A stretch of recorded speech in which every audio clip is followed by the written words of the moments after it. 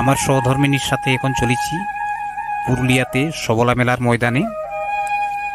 সেখানে সাবাই শিল্পের হস্তশিল্পের জন্য আমার সহধর্মিনী পুরস্কৃত হয়েছেন পশ্চিমবঙ্গ রাজ্য সরকার থেকে।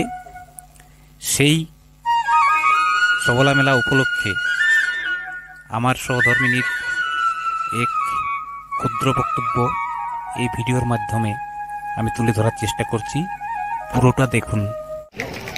নমস্কার, আমার নাম জানকী তন্তুবাই। আমি বামনান ব্লক থেকে এসেছি। আমার গ্রামের নাম হচ্ছে মিকিজামি। আমি একজন সাবাই শিল্পী, সাবাই ও খেজুর পাতার কাজ করি। আর এই আমাদের গ্রাম একদম জঙ্গলের ভিতর, চারিদিকে হচ্ছে পাহাড়ের মালা। পাহাড়ের ভিতরে আমরা কোনোদিনও ভাবতে পারিনি যে এই জায়গায় আমরা আজ আসবো।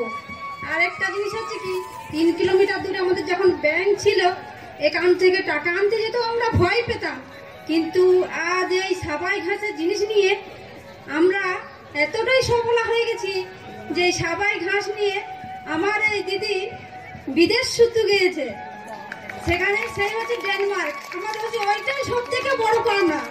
আর কিছু মানে কি বলবো, আমাদের আর ফুর্তি শেষ নেই। আর এই যে স্টেজে আসতে বললাম আজকে এই সাবাই ঘাসের জন্য, আর শুধু এই মেয়েরাদের এই কাজের জন্য আমি খুব গর্বিত আর খুব খুশি। এরকম জায়গায় যে আসতে পারবো আমরা কখনো ভাবতে পারিনি। এই জঙ্গল থেকে উঠে এসেছি, আজ এরকম জায়গায় যখন পৌঁছাতে পেরেছি, আরো দিদি থেকে বন্ধুকে বলবো আপনারা একে একে পা বাড়ান, আপনারাও সফল হবেন আর পেছিয়ে থাকবেন না। একটা ছোট জিনিসও কিন্তু অনেক বড় হয়ে ওঠে। তাই আমি বলতে চাই, মহিলারা বলুন আমরাও পারি, আমরা নারী আমরাও পারি, আমরা এগিয়ে যাব। তাই বলি এই এসএজি দলকে আমি অনেক অনেক প্রণাম জানাই। এরকম জায়গায় আমি কোনোদিনও ভাবতে পারিনি যে আসবো। তাই সবাইকে জানাই আমি শতকোটি প্রণাম।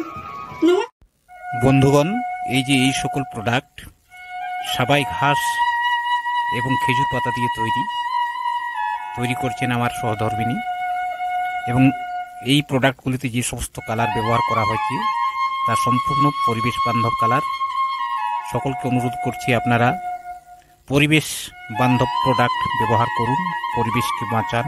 পরিবেশ ভালো থাকলে আমি আপনি সকলেই ভালো থাকব।